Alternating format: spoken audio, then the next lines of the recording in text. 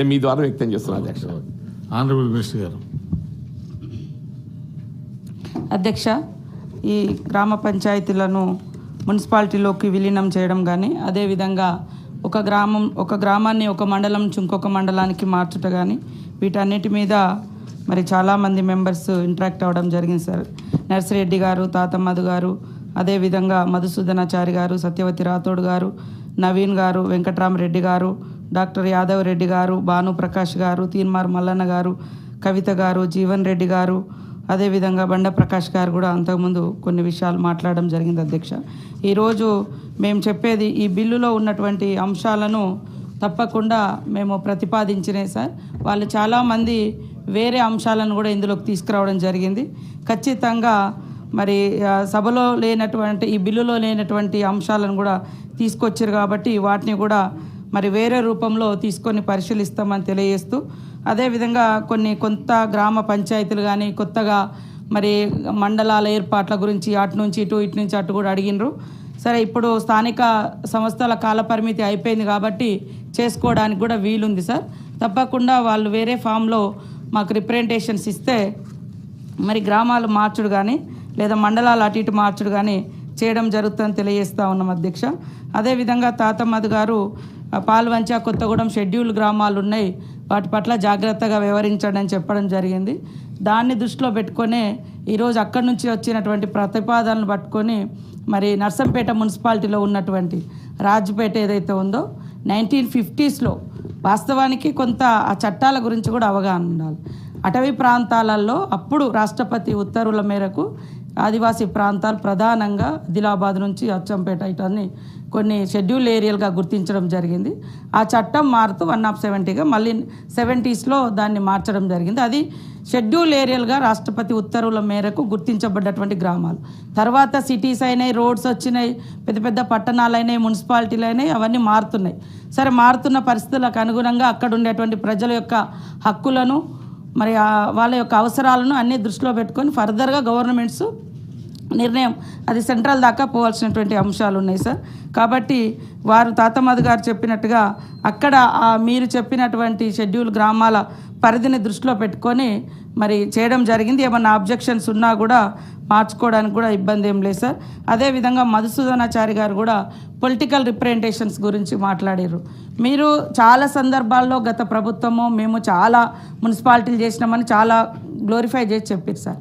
దాంతో ప్రతి ఒక్క చిన్న గ్రామ పంచాయతీ కూడా మాకు మున్సిపాలిటీ కావాలనే డిమాండ్ పెరిగింది సార్. వాస్తవానికి దాని సాధక బాధకాలు తర్వాత వస్తున్నాయి. నాకు కూడా ములుగు మున్సిపాలిటీ కావాలన్నప్పుడు గతంలో కూడా ఈ బిల్లు పెట్టడం జరిగింది. అది గవర్నర్ గారు ఆమోదించలేదు ములుగు. తర్వాత మళ్ళీ కొత్తగా మేము పెట్టడం జరిగింది. అది ప్రజల యొక్క ఆకాంక్ష. మున్సిపాలిటీలు అయితే చాలా డెవలప్ అవుతుంది అనేది మీరు చెప్పినటువంటిది. ఇప్పుడు వాస్తవానికి ఎన్ఆర్ఈ చేసిపోతుంది, ఇతరత పోతున్నాయి. కానీ మేము ఇయ్యము అంటే అది ఒక రకమైనటువంటి ఫీలింగ్. అదేవిధంగా ములుగు కూడా నాన్ షెడ్యూల్ ఏరియాలో ఉంది సార్, ములుగు టౌన్. కాబట్టి అది మాకు సాధ్యమవుతుంది. దాంట్లో కలిపే ఊర్లు కానీ అవి కానీ నాన్ షెడ్యూల్ ఉంది కాబట్టి చేయడం జరుగుతూ ఉంది. అయితే పొలిటికల్గా అన్నప్పుడు ఖచ్చితంగా వాళ్ళు కార్పొరేషన్ మెంబర్సో కౌన్సిలర్సో ఎన్నిక చేయబడతారు కాబట్టి అక్కడ ఉండేటువంటి ప్రతిపాదనల మేరకే ఇది చేస్తూ ఉన్నాం. 2018 పంచాయతీరాజ్ యాక్ట్లో గ్రామ పంచాయతీ తీర్మానం అవసరం లేదన్నట్టుగానే ఆ చట్టం చెప్తుంది. కాబట్టి అక్కడ పబ్లిక్ ఇచ్చినటువంటి రిప్రజెంటేషన్స్ ఆధారంగా కలెక్టర్స్ పంపినటువంటి ప్రతిపాదనల ఆధారంగానే మేము మున్సిపాలిటీకి మా గ్రామాలను మరి చేర్చడం కానీ, లేదా ఇప్పుడు నాది కూడా ఉంది సార్. నా ములుగులో ఏమైందంటే ములుగు కాన్స్టిట్యున్సీలో ఒక 5 గ్రామాలు ఉన్నాయి. వెంకటాపురం మండలం ఓల్డ్, అది పోలీస్ స్టేషన్కి వచ్చేసరికేమో వెంకటాపురం ములుగు కాన్స్టిట్యున్సీకి వస్తుంది. ఆ 5 గ్రామాలు పోయి భూపాలపల్లి జిల్లాలో కలిపారు. ఎమ్మెల్యేకి ఎంపీకేమో మా కోట్లు వేస్తున్నారు, ఎంపీపీకి జెడ్పీటీసీకేమో భూపాలపల్లికి మండలానికి వేస్తున్నారు. సరే, ఇది కూడా నాది కూడా అట్లే పెండింగ్ ఉంది. అక్కడ ఉండే ప్రజల యొక్క ప్రతిపాదన బట్టి మాకు కూడా చాలా రిప్రజెంటేషన్స్ వస్తున్నాయి. గతంలో అట్లా జరిగినాయి కాబట్టి అవన్నీ సవరణ చేయాలని నేను ఇప్పుడు ప్రత్యక్షంగా చెప్తున్నా. ఒకటే నియోజకవర్గంలో పోలీస్ స్టేషన్కేమో ములుగుకు వస్తున్నారు, ఎంఆర్ఓ ఎంపీడీఓ ఆఫీస్కేమో భూపాలపల్లి పోతున్నారు. వాళ్ళు ఏదన్నా ఇల్లు కోసం కలెక్టర్ దగ్గర పోవాలన్నా, ఏదైనా అభివృద్ధి కోసం పోవాలన్నా ఏ కలెక్టర్ దగ్గర పోవాలి? అనేది కూడా ఇట్లాంటి చాలా ఇష్యూస్ ఉన్నాయి కాబట్టి అవన్నీ రాబోయే కాలంలో సరి చేసుకుంటాం. కొంతమంది పెద్దలు కూడా సభ్యులు కూడా మా మండలాలను కూడా చేర్చాలి లేదా మా గ్రామాలను కూడా అటు ఇటు మార్చాలని చెప్పడం జరిగింది. ప్రాపర్ వేలో ఇస్తే తప్పకుండా పరిశీలించడం జరుగుతుందని తెలియజేస్తూ ఉన్నాం అధ్యక్ష. యాదవ్ రెడ్డి గారు కూడా మరి కొన్ని విషయాలు చెప్పడం జరిగింది. తప్పకుండా ఈ బిల్లులో లేనటువంటి అంశాలు కొన్ని ఉన్నాయి కాబట్టి వాటిని మీరు ప్రాపర్ వేలో ఇవ్వండి. అదేవిధంగా దుండిగల్కి సంబంధించి అది మున్సిపాలిటీలో ఉంది. తప్పకుండా మరి మున్సిపాలిటీ శాఖ మంత్రి గారితో మాట్లాడి మీరు అనుకున్న పద్ధతిలో మరి చేయడం జరుగుతుందని తెలియజేస్తూ ఉన్నాం అధ్యక్ష. అదేవిధంగా ఎన్ఆర్జీఎస్ చట్టం అనేది చాలా రోజుల నుంచి కోల్పోవడం జరిగింది. దాన్ని వాస్తవానికి వేరే ఫామ్లో తీసుకురావాలి. చాలా మారుమూల గ్రామాలు మున్సిపాలిటీస్ అయినాయి కానీ వాళ్ళకు ఉపాధి లేకుండా పోతుంది. కాబట్టి నేను మొన్ననే శ్రీధర్ బాబు గారితో కూడా నాకు మొలుగవుతున్నందుకు సంతోషం ఉంది. బట్ చాలామంది పేదలు ఉన్నారు, వాళ్ళకి ఏంటిది ఉపాధి ఏదన్నా ఆలోచించాలని కూడా మేము మాట్లాడుకోవడం జరిగింది సార్. తప్పకుండా అది కూడా చేస్తాం సార్. అదేవిధంగా మన తీర్మాన్ మల్లన్న కూడా ఎస్సీ ఎస్టీల రిజర్వేషన్లు, ముగ్గురు పిల్లల నిబంధన కూడా కొంతమంది సభ్యులు మాట్లాడినరు. తప్పకుండా ఇది మున్సిపాలిటీలో ఉంది కానీ గ్రామ పంచాయతీలో లేదు. అది ఒక మన ప్రాంతాలకే ఒక ఆత్మగౌరవానికి హక్కులకు సంబంధించినటువంటి ఇష్యూగా ఇన్ని రోజుల తర్వాత మనకు అది అర్థమవుతుంది. ఇప్పుడు డిలిమిటేషన్లో మన రాజకీయ ప్రాతినిధ్యం కూడా దేశంలో తగ్గిపోతుందని. కాబట్టి తప్పకుండా మా సీఎం గారితో సంబంధిత క్యాబినెట్ మినిస్టర్స్ తోటి డిస్కస్ చేస్తాం. పబ్లిక్ యొక్క రిప్రజెంటేషన్స్ కూడా తీసుకొని చేయడం జరుగుతుంది అధ్యక్ష. అదేవిధంగా మరి కొత్తగా గ్రామ పంచాయతీలు తండాలు కానీ గూడాలైన కాడ రెవెన్యూ విలేజెస్ లేక బాధపడుతున్నటువంటి విషయం నా దృష్టిలో కూడా ఉంది సార్. తప్పకుండా రెవెన్యూ శాఖ మంత్రి గారితో మాట్లాడి అది కూడా తొందరలోనే ఈ యొక్క అంటే డిమార్కేషన్ కూడా అయ్యేటట్టుగా చేయడం జరుగుతుంది సార్. అదేవిధంగా చాలా గ్రామ పంచాయతీలు ఏర్పడ్డప్పటికీ చాలా తండాలలో గూడాలలో లేదా ఇంకా పల్లెలలో కూడా 5-6 కిలోమీటర్లు పోయి రేషన్ తెచ్చుకుంటా ఉన్నారు. అది కూడా మ్యాక్సిమం తగ్గించేసి గ్రామ పంచాయతీలలో పెట్టిస్తాం.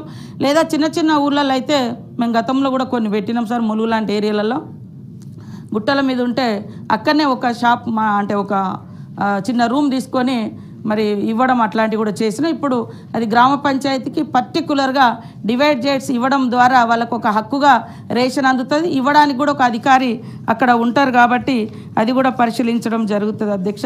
కాబట్టి ఇంకా కొన్ని కొత్త అంశాలను కూడా వాళ్ళు తీసుకొచ్చారు సార్ ఇందులో. ఎందుకంటే సభలో లేనటువంటి ఈ బిల్లులో లేనటువంటి అంశాలు కూడా ఉన్నాయి కాబట్టి వారు అర్థం చేసుకొని వాళ్ళ లెటర్స్ మా పంచాయతీరాజ్కి సంబంధించి ఏమున్నా ఇవ్వండి. అదేవిధంగా ముఖ్యంగా ఈ గ్రామ పంచాయతీలలో ప్రాబ్లమ్స్ కూడా కవిత గారు తర్వాత వెంకటరామరెడ్డి గారు చెప్పారు. మా దృష్టిలో కూడా ఉన్నాయి సార్. మీకు తెలుసు ఎందుకు ఆగింది అనేది.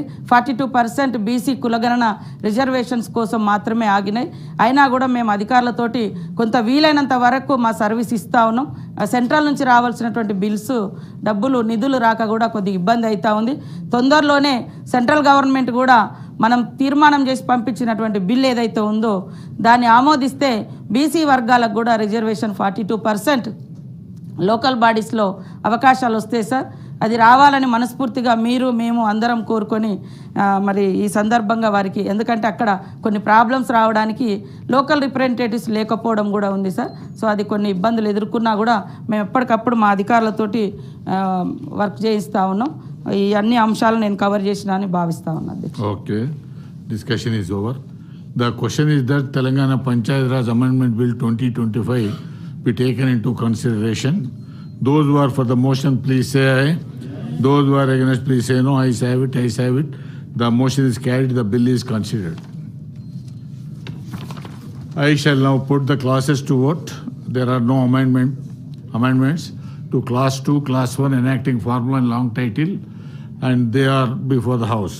The question is that those who are for the classes 2 and class 1 enacting formula and long title, please say aye. Those who are against, please say no. Ayes have it, ayes have it. Class 2, class 3 enacting formula and long title do stand part of the bill. I shall now request the minister to move the motion for the passing the bill. Honorable Speaker, sir, I beg to move that the bill be passed. Motion moved. The question is that bill be passed. Those who are for the motion, please say aye. Those who are against, please say no. Ayes have it, ayes have it.